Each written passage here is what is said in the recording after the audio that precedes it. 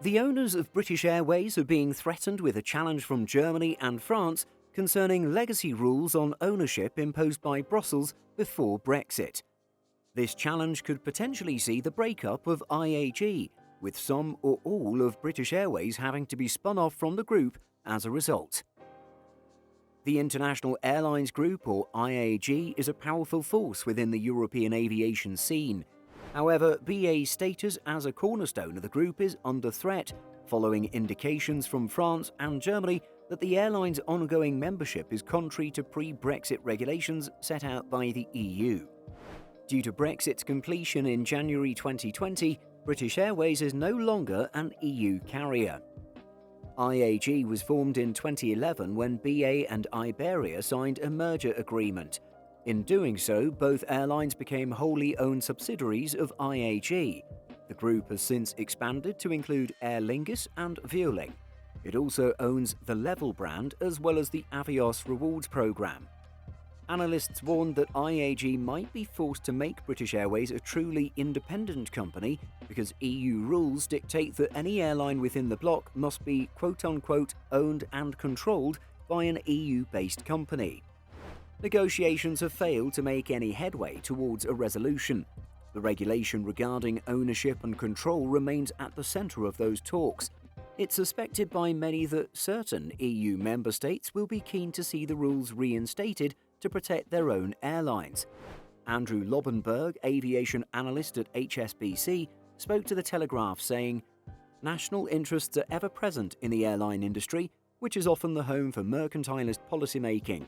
The commercial interest of Air France KLM and Lufthansa would unquestionably be supported by adding new strategic challenges to IAG."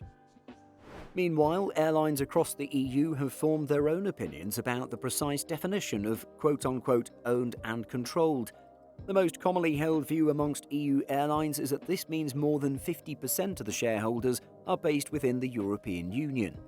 IAG argues that it complies with all current EU ownership rules, noting that its headquarters are in Madrid and that it satisfies the ownership definition of the Brussels regulations. Its board is also majority controlled by several EU-based non-executive directors. One big issue is that IAG remains 25% owned by the state of Qatar. As a result, it's estimated that the group remains 10 to 12% short of being majority EU-owned. If this is the case, then IAG's only option might be to spin off at least one part of the British Airways operation. This has been considered before. In 2021, the former chief of IAG, Willie Walsh, stated that if push came to shove, BA could be spun off from IAG to comply with Brussels ownership regulations, stating, "There's nothing to say that bits of IAG could not be sold off or cut loose. That was always my thinking when I was there. If one part of the business wasn't performing, or was underperforming, or didn't make sense, then you could dispose of that part of the business."